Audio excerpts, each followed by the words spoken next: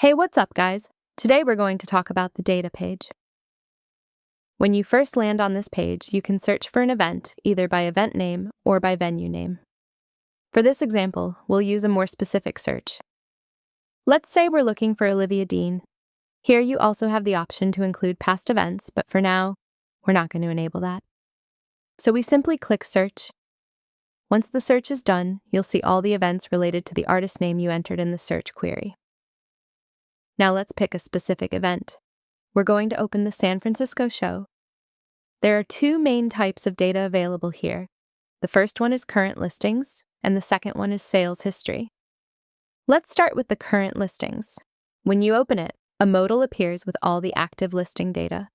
The first metrics you'll see are total listings, total tickets, average price, minimum price, maximum price. Below that, you'll see a chart showing the average price by zone. For each zone, you can see the average price, the lowest price, and the highest price available. At the bottom, you'll find the detailed listings. You can also apply filters if you want. For example, if you want to analyze section 102, you can select it here. You'll then see how many listings are available in that section, how many tickets, and at what prices. This gives you a very clear view of the current market. It's especially useful when you're trying to price your own tickets by comparing them with other listings in the same section or zone. Now let's move on to the second dataset, sales history.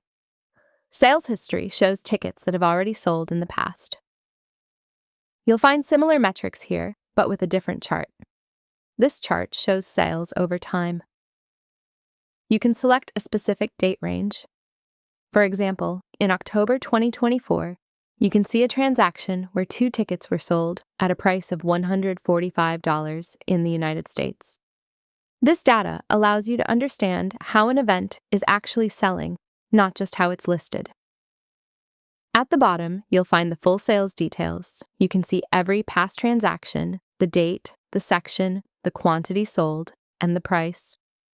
You also have filters here as well, by section or by zone, to refine your analysis. And that's how you use the data page to analyze listings and sales history inside ProTickets.